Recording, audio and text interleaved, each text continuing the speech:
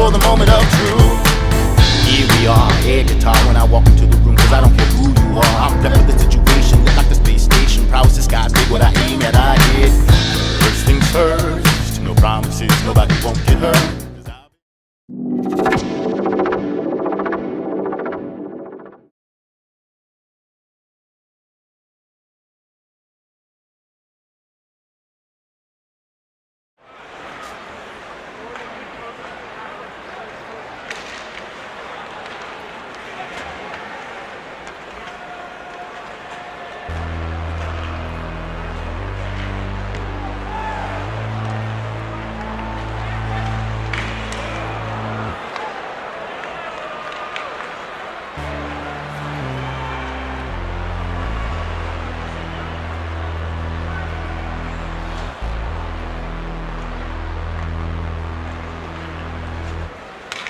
We begin with some fictional scenarios, both within and extraneous to ESL teaching and learning, in which preparation leads to favorable results. I will then promote 3 key principles of preparation to consider and build a website around. Finally, we will provide a guide for you, the teacher, to start your PFD binder and produce your own Watch Me Teach video to promote your own teaching services to students.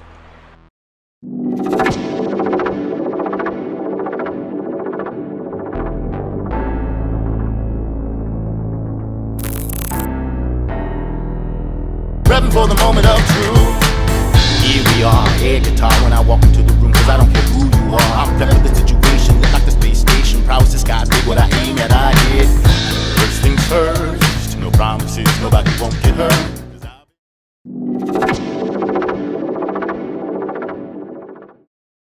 James is an aspiring 16-year-old hockey player who gets invited to a major junior hockey training camp. If you are familiar with Canadian hockey culture, you will be aware that these camps are a grueling test of both physical and mental strength, in addition to a meticulous evaluation of a player's talent and toughness. In addition, junior hockey coaches often look for specific types of players to best complete their team roster in order to win. For example, coaches might be looking for more speed up front to balance their existing toughness. During the tryout, they may decide to set particular drills to assess this particular skill. James may or may not have seen these drills in his minor hockey practices, where the coaches are often volunteers who have attended basic hockey coaching camps to ensure players receive minimally adequate practice and skill development. Or junior coaches might be searching for. What else might they be looking for?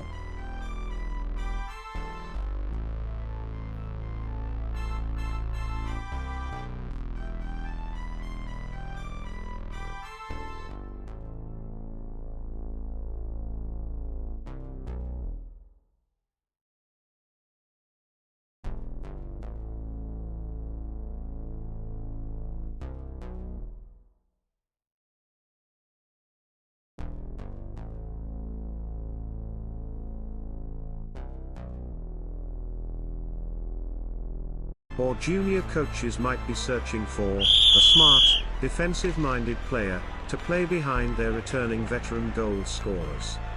If James was a prolific goal scorer in minor hockey, he might need to concentrate more on defensive positioning and back-checking during the hockey camp in order to impress the coaches and make the cut. One more bit of general information about junior hockey camps that stands out is the general acceptance of fighting at this stage. Now, I don't necessarily condone fighting, but this expectation seems universal among coaches and players alike, all over Canada. James has probably never been in a hockey fight in minor hockey. He would need to be aware that this aggressive act may be directed against him during the camp. The dressing room culture in junior hockey is even different. Players are older and often have more experience. They talk about different things, approach social situations in different ways, and even sometimes display acts of bullying.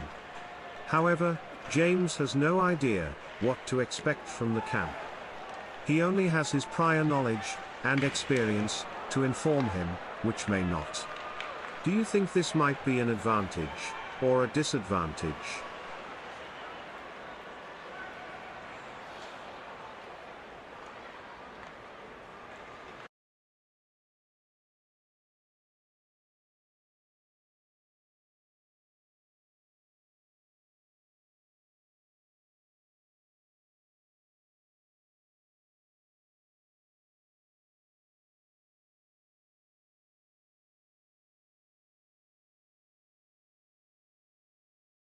However, James has no idea what to expect from the camp. He only has his prior knowledge and experience to inform him, which may not yield him the advantage that he would need in order to get carded with the team. If James's mom or dad hired you as a personal coach, how might you build up expectation within his mind? In other words, what information would you give James so that his chances of success are maximized? You might first sit down with him and talk about what it takes to become a junior hockey player. Telling him that junior hockey players are tough might raise his awareness of some of the things he will need to do in order to stand his ground. Detailed knowledge of the team he is trying out for will also probably benefit you as a coach and James as a player. Supposing you know that the coach is looking for a quick forward who grinds in the corners. You might relay this to James, so that he might be motivated to work on puck control in tight situations, instead of practicing rushing up the open ice all the time. You could suggest drills for James to do, both on and off the ice, to practice this skill, so that he is able to show the coach that he is the kind of player that can help the team. You would also probably tell him that only a small proportion of those in the provincial minor hockey leagues actually make it to junior. You might even venture so far as to inform him that he. Anything else that you might tell him about?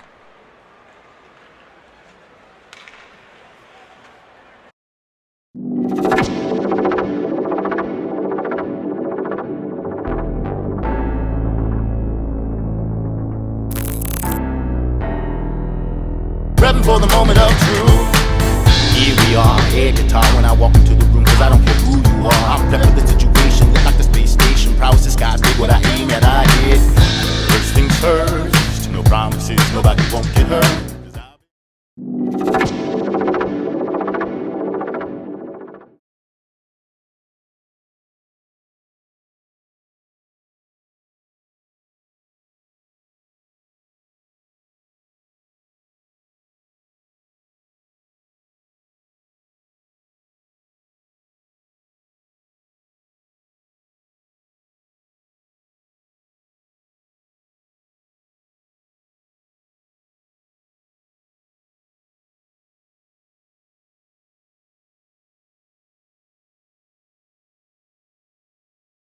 You might even venture so far as to inform him that he will be playing with and competing against players who are most likely 1 or 2 years older than him.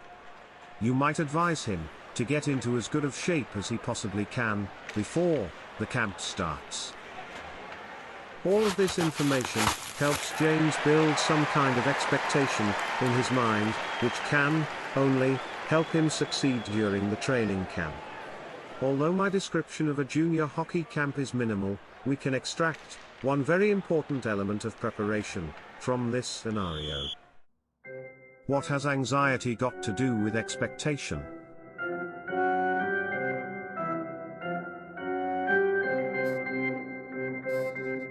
First, their anxiety about the event should decrease because of expectational knowledge.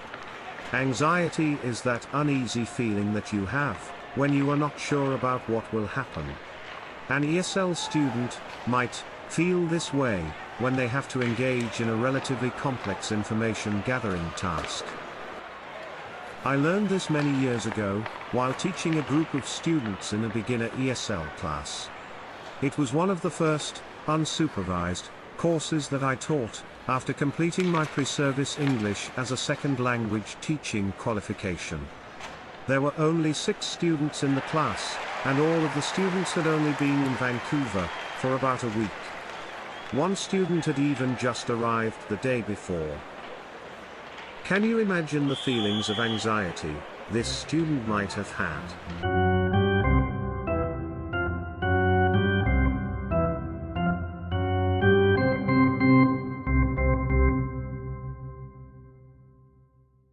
The class was only 1 hour, but I recall preparing materials for 3 hours before it started. One of those activities involved the students walking around the room and collecting introductory level information from each other. I wanted them to ask each other questions about where they were from, what kind of hobbies they had, what their favorite food was, and so forth. The task seemed easy enough to me.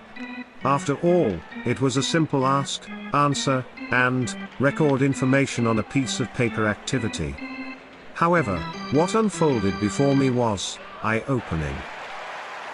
I thought that I had done a decent job giving instructions for the task. I had spoken slowly and clearly. I had even given a demonstration of what the students were to do by acting it out at the front. This is what they had taught me on my teacher training course. But what I did not expect to see was... What do you think could have happened during the activity? But what I did not expect to see was the awkwardness in the interactions between members of the opposite sex. The composition of that first class was mixed. There were 3 females from the Middle East and 3 males from South America. The Middle Eastern women had no idea how to respond to my task instructions. First, they did not have the language base to tell me that males and females do not usually have these kinds of conversations in their countries.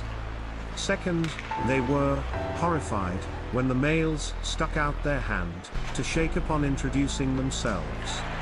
Because of this anxiety, they were not able to. How do you think anxiety prevented them from completing the task?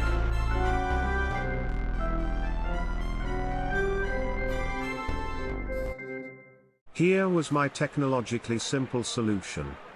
Whenever I taught a lower level class, I handed out a piece of paper with a short message translated into the first language of the students. I had collected these translations from advanced students and native speakers alike. The message said something like this. Hello. This message is in your language, because I want you to know what we will do for the first activity. All of the students are reading the same message in their own language. This will be the only message that you get from me, in your language. What do you think was written in the rest of the message?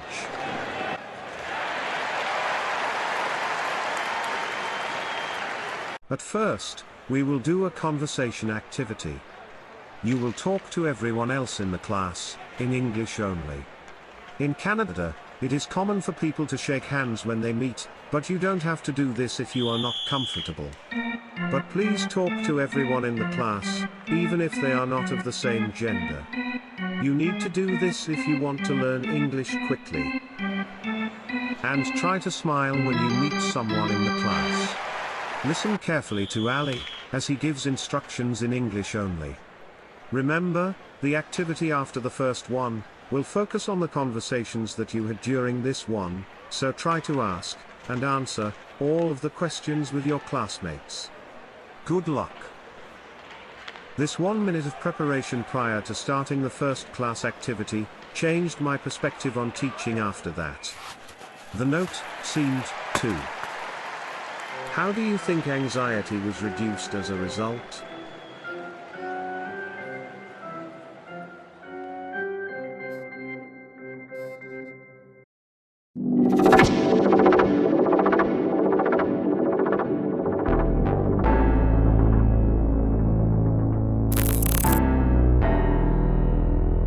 For the moment of truth,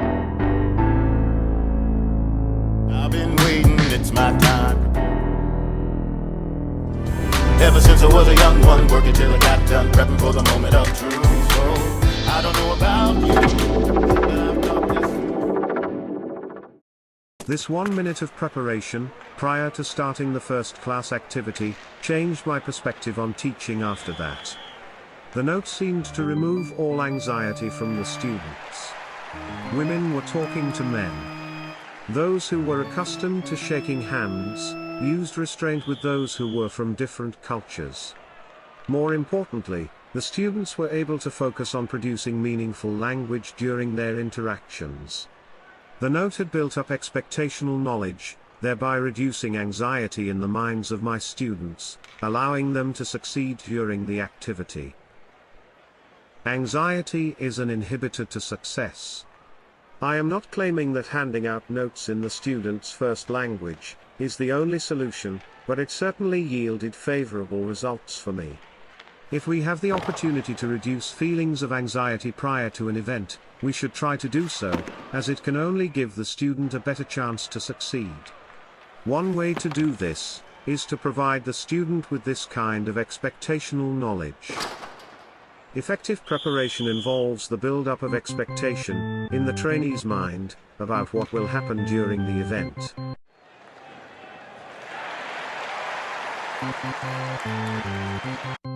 Second, expectational knowledge should build assurance in the belief that the trainee will be successful.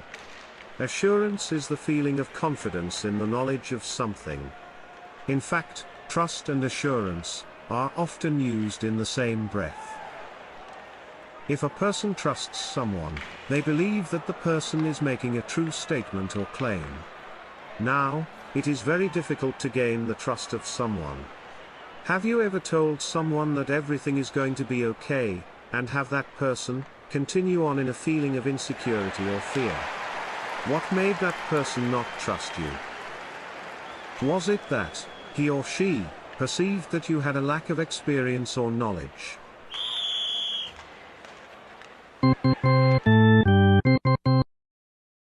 I will not expound on the philosophical nature of trust and assurance. However, I would like to share Bill's story of how a tree planting foreman helped him earn a considerable amount of money in a short period of time. Bill managed to get on with a reputable tree planting company based out of Prince George a few years ago. He had heard many things about tree planting from friends who had done it. He had been informed that the work was physically intense. In fact, some of his friends who had worked out in the bush had actually advised against him taking the job, because it was such hard work. They had told him that he would be working in all kinds of conditions, ranging from blistering hot afternoons, in fields filled with all manner of flying insect, to frigid early mornings, with even colder rain attacking from the darkened skies. However, Bill was also made aware that the money had the potential to be quite good. Would you have taken the job?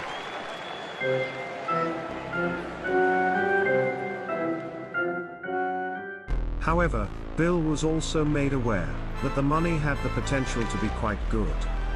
Some of his friends were making over 10,000 Canadian dollars per summer. With earnings like that, he could, and would pay, for university in the fall, with a few leftover bucks for a decent social life. When Bill arrived at the camp, he was excited to see so many tree planters. They were mostly around his age and physical stature. The first week for Bill was one he would never forget. The rule in the company is that every tree planter must undergo a certain amount of training before they are allowed to plant on their own plot of land. This training usually takes place in a sectioned off area affectionately called the nursery. The foreman of the crew takes one or two new planters and shows them how to plant a tree properly. What kind of completely new skills might Bill be training in the nursery?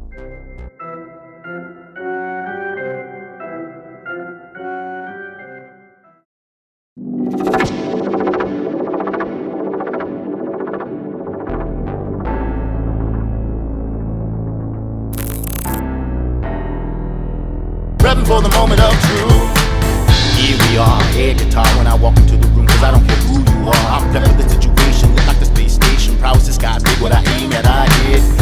First things first, no promises, nobody won't get hurt.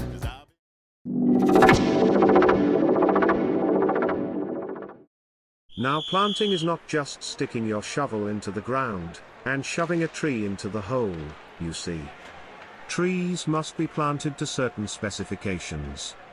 If the root of the tree is bent at the tip, it is called a J-root, due to the shape the root takes when you look at it upright. J-roots are fault trees and need to be uprooted and replanted. Other faults include a tree being planted too shallow or too deep. Tree planters must not only plant trees to a certain quality, but they must also plant trees within a specified density. There must be a certain number of trees within a certain radius, depending on the contract with the forestry company. This means that, if a checker comes onto your land and sticks a pole in the ground attached to a rope of a specified length, they should find the correct number of correctly planted trees within that circumference. If the checker finds too many faults, the planters must drop their bags, dig up every tree on that plot of land, and replant. And that is never fun. On top of this, planting is a job of routine. The best planters have a technique down pat, which allows them to plant trees quickly, while maintaining quality. The first week in the nursery for Bill was. What do you think happened to Bill in his first week? The first week in the nursery for Bill was one of the worst of his life. He couldn't seem to get his technique right. The training foreman would come back, check his trees, and make him replant them to meet quality standards. Sometimes he planted too many trees within a plot, and sometimes, not enough. You can imagine the feeling that Bill had when he received his first paycheck.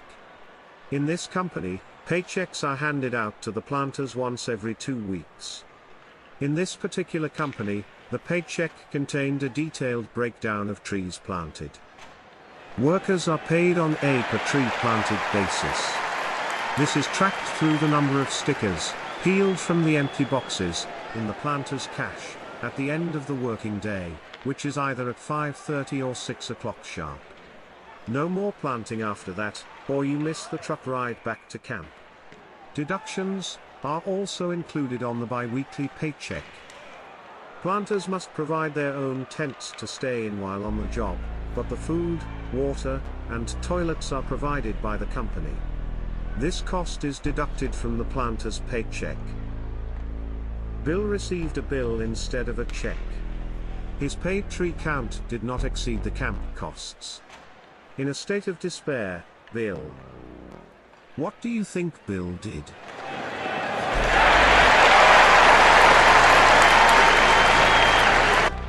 In a state of despair, Bill packed up his tent and drove back to Vancouver. This posed a problem for the foreman of the crew. He had just lost a planter, which would affect productivity.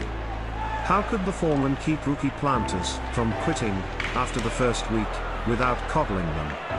After all, the foreman himself was once a tree planter.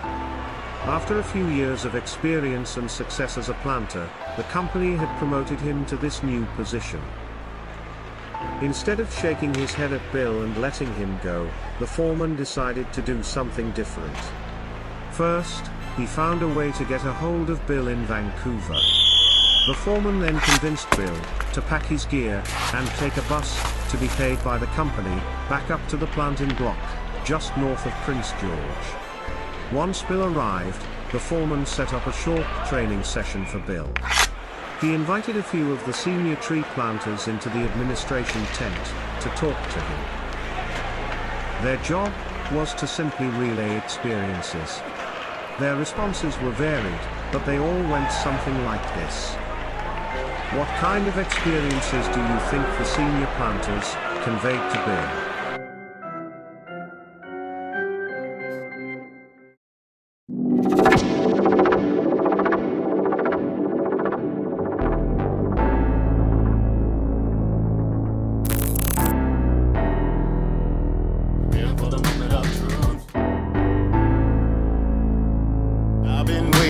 it's my time. Ever since I was a young one, working till I got done, prepping for the moment of truth. So, I don't know about you, but I've got this. My first paycheck was a bill too.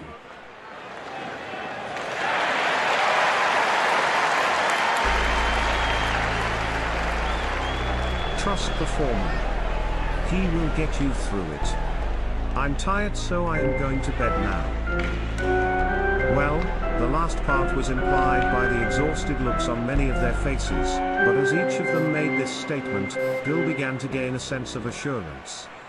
Even though he could not see the fruits of his labor immediately, he began to develop trust in the process, based on the evidence presented to him, through the experience of the senior planters. The next week, Bill began to think about his technique relative to his colleagues. He started to watch the other planters carefully, when he was on the same plot of land. He did not think about money as much as when he first started, but rather concentrated on consistency while planting.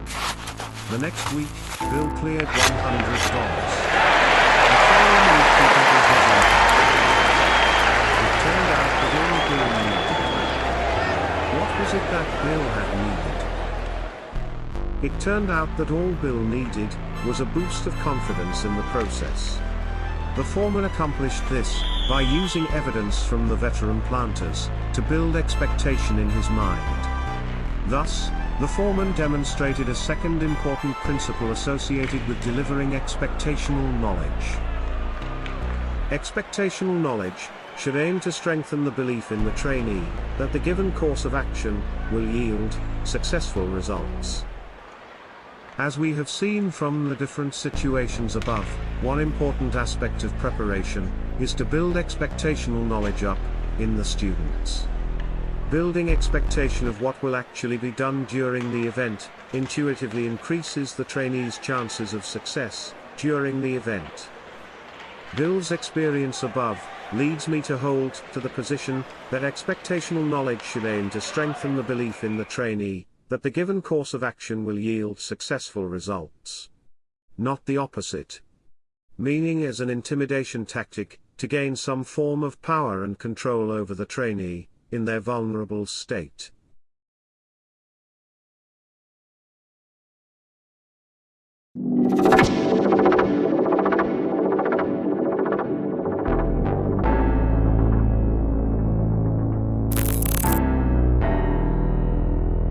For the moment of truth. I've been waiting, it's my time. Ever since I was a young one, working till I got done, prepping for the moment of truth. So, I don't know about you, but I've got this. Linda is teaching upper beginner level students in a general English class. The objective of the class is to better enable her students to use the present perfect to talk about personal experiences. For example, I have been to Australia. I have never eaten sushi before. She has ridden the motorcycle before. They both have studied English in their own countries. She has decided to set a find someone who, FSW, task in class, to practice this language item during class.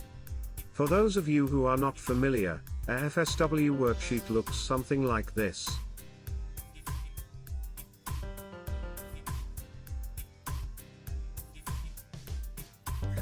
Are you looking for your IELTS score? Cause you wanna get ahead, yeah? You want more? It's time to face facts. Get on the Charlie tracks. Get with the program. Listen to this new jam. If you want a job or wanna Walk around the class and talk to your classmates. Write their name in the gap if the information is true for them. Then ask a follow-up question about that experience. Blank has been to 5 different countries. Blank has eaten sushi before. Blank has never rollerbladed around Stanley Park.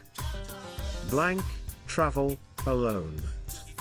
Blank, see a polar bear. Blank, sail on a ship. FSWs are standard practice activities for a language item, which has either been presented or noticed by the students.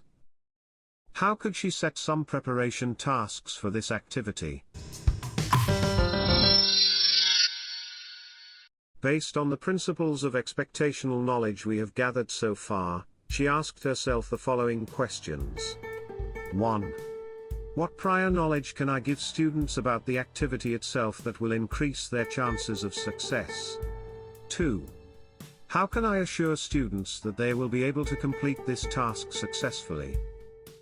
Linda thought about this, and decided the simplest way was to write out the task instructions on a separate piece of paper, and hand them out to the students, along with the actual FSW task sheet, at the end of the previous class.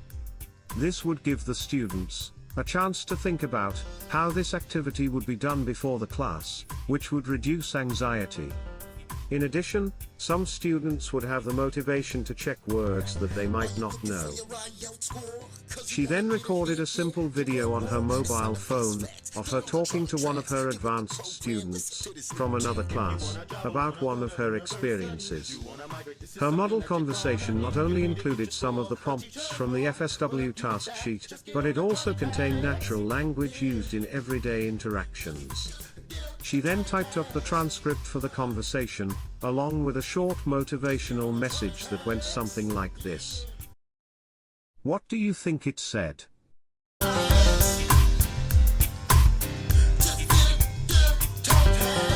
One day, you will use some of the grammar and vocabulary from this activity in your everyday conversation too. But you need to try it in class first. Linda still needs to decide on the teaching framework that she would like to use during the class, before the FSW activity.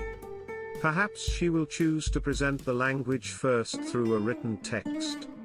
She then might decide to provide some simple controlled practice of the phonological features, conceptual meaning, and/or form of this piece of language. The third activity would be the FSW task, to give students even more practice. Or Linda may choose an entirely different framework. It is totally up to her. However, Linda helped her students even more by providing expectational knowledge of the FSW task prior to them attending the class. Moreover, she might choose to recycle the activity with a different class in the future. The example above is a simple response to our intuitive understanding of how expectational knowledge prior to the event can only help students succeed during a task or activity. However, preparation involves more than just this kind of knowledge. Let's now consider the following situation.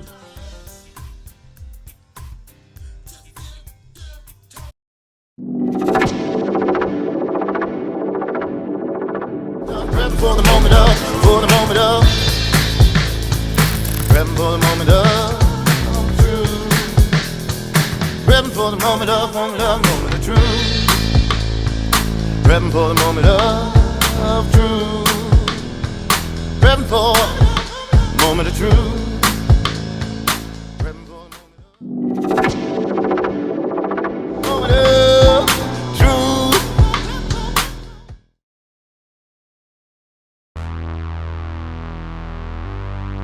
Cheryl was a recent college graduate who has developed an interesting and potentially profitable computer software product. She decided that she wanted to present her business plan to a group of angel investors in order to raise capital to launch her business. However, she had never made this sort of pitch before. She knew her product well and had explained what it was to some of her friends and family members, so she felt confident in that area. My friend Ron was hired as a tutor/coach to help her succeed during the presentation. If you have any experience with presenting business plans to investors, you probably know that it can be a nerve-wracking experience, especially for a young entrepreneur looking for money for the first time. Ron was already aware of the value of expectational knowledge. In order to build up her knowledge of the event itself, he gave her some links to some popular websites, outlining what a good business pitch entails. Here are the list of main points that he wanted her to be aware of before she met him to practice. What do you think these points were? Here are the list of main points that he wanted her to be aware of before she met him to practice. Presenting clear information in a succinct manner is better than explaining everything in your business plan. Present facts about your business idea rather than guess about its future. Make sure your assumptions are defendable. Look for ways to save money in your operating budget. Start with a focus on a single product. Don't try to be smarter than the people you are presenting to. Cheryl was a motivated and diligent student. She also paid good money to take the training session with Ron, so he was fairly confident that she would put in the work before class. However, the texts that he wanted her to read were full of extra information, which was useful, but not necessarily vital to what he wanted her to be able to demonstrate in class at this point. Therefore, he needed a way for her to prioritize and look at the important information first. But how could he guide his student to be equally focused? Because Cheryl hired him to increase her chances of success during the actual business pitch, he wanted her to run through her presentation at least once in front of him, so that he might be able to provide her with guidance and suggestions about how to make it better. Ron asked me for help with this student, and we talked about the same things, as you as an expert in your own area of teaching, are possibly aware of.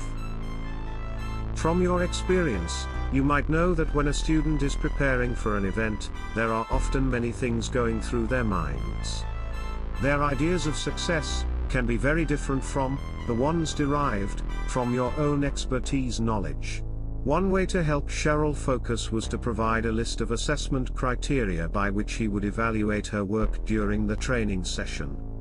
By providing these evaluation criteria beforehand, he would be asking Cheryl to focus on what he, as the expert, considered the most important points she needed to concentrate on. Ron had already done half of the work by paraphrasing the main points for her to notice during her pre-session reading, so we sat down together and worked out a list of assessment criteria for her to have in her possession as she was preparing for the training session. Here is what we came up with. 5 equals excellent. 4 equals very good. 3 equals average. 2 equals not so good. 1 equals poor. In your practice business pitch, what criteria can you come up with?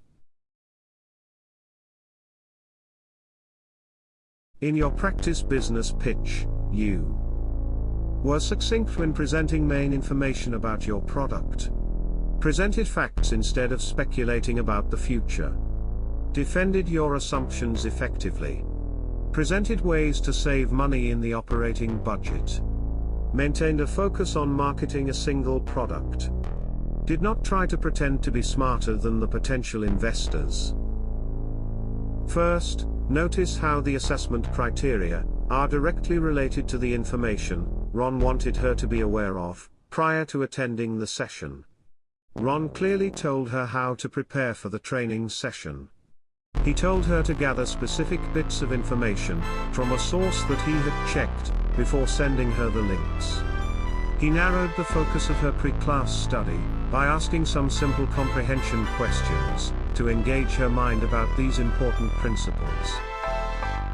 Now that he has provided her with the assessment criteria, Cheryl has a focus to look forward to in class. She knows that she will be going through a mock pitch, but instead of trying to throw everything at the kitchen sink, she now has a manageable chunk of declarative knowledge that she can convert into procedural knowledge.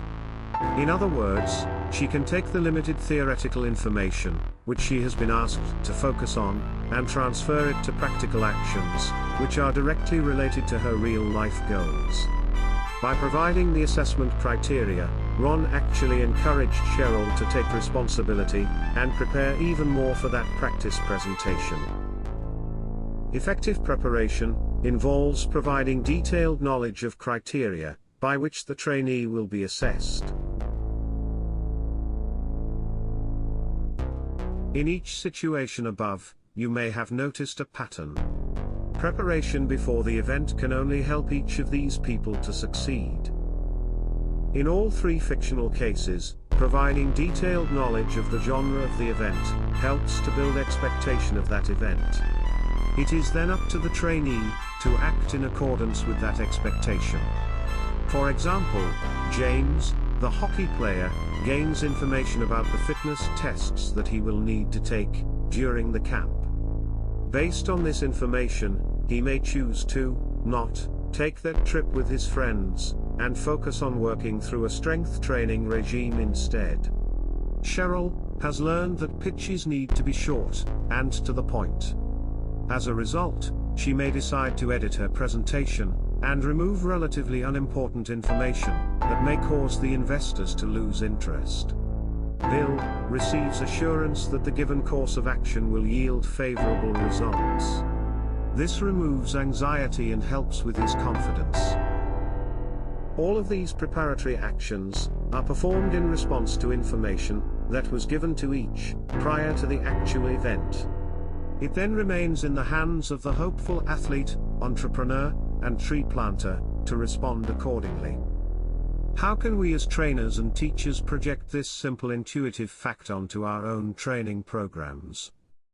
Based on our intuitive agreement with some of things the coach, mentor, and professional foreman might do above, we extract a few simple principles. 1. Build up expectation in the trainee's mind about what will happen during the event. 2. Provide detailed knowledge of criteria by which they will be assessed. 3. Make suggestions about how to practice beforehand, in order to maximize success in front of the assessor.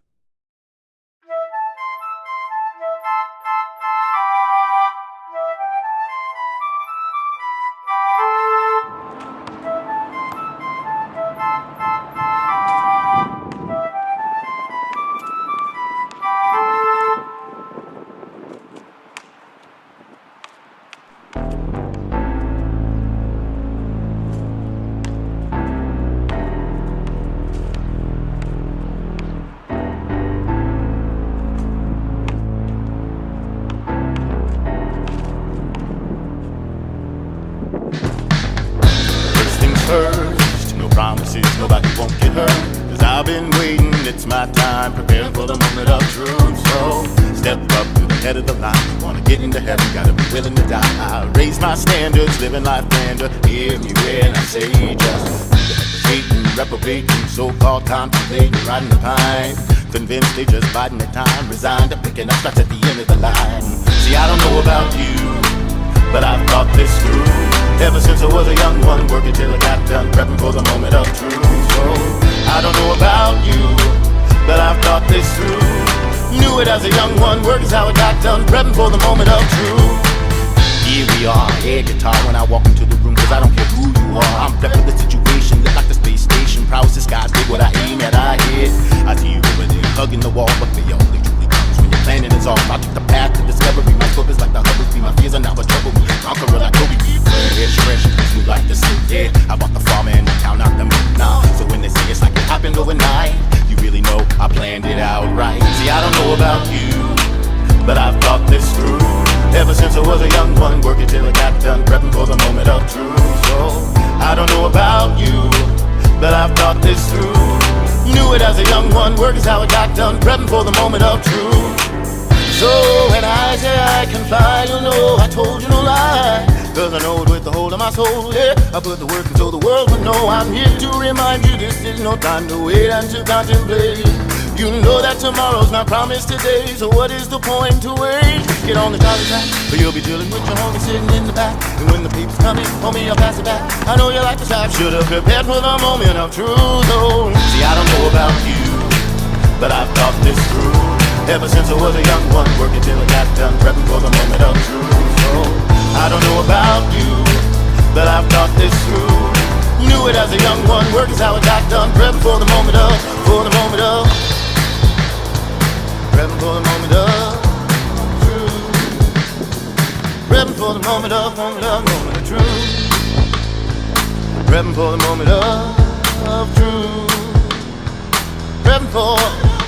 moment of truth.